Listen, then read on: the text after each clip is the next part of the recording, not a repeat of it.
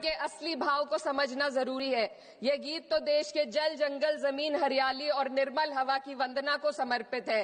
यह भारत की जन जन की मंगल कामना करता है कि भारत का हर नागरिक स्वस्थ रहे, सुरक्षित रहे और सम्मान के साथ जी सके। सुजलाम सुफलाम का अर्थ है, सुनिए, ऐसा देश जहां स्वच्छ और पर्याप्त जल हो, जहां नदियां जिंदा हो, बहती हो, जीवन देती हो।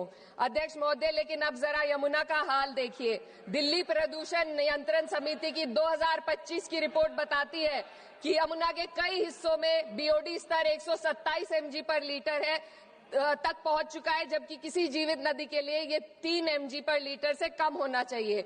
ये सिर्फ नदी का संकट नहीं है, ये किसान का संकट है। नमामि गंगे के नाम पर हजारों करोड़ रुपए खर्च हो गए, लेकिन सच्चाई ये है कि आज भी गंगा और यमुना के किनारे किसान मजबूरी में उसी जहरीली पानी से खेती कर रहा है। वही जहर अनाज में उतरता है और वही जहर किसान की जिंदगी को धीरे धीरे खत्म कर देता है। अध्यक्ष महोदय, जब पानी जहर हो जाएगा तो सुजलाम कैसे होगा? जब किसान बर्बाद होगा तो सुफलाम कैसे होगा? मलयज शीतलम, मलय का अर्थ है मलय पर्वत से बहने वाली ठंडी, सुगंधित चंदन जैसी हवा जो जीवन देती है, बीमारी नहीं। आज मैं इस सदन से पूछना चाहती हूँ, क्या आज के भारत की हवा मलयज शीतलम है?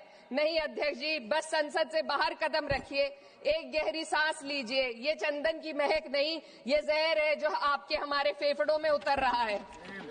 दुनिया के 20 सबसे प्रदूषित शहरों में से 13 भारत में है। दिल्ली की हवा में सांस लेना मानो रोज 20 सिगरेट पीने जैसा हो। भारत हर साल सर्दियों में जहरीली हवा के प्रकोप में घिर जाता है। AQI गंभीर स्तर पर आ जाता है। ठंडी हवा का सपना अब gas chamber, ma'am 2 minutes, gas chamber की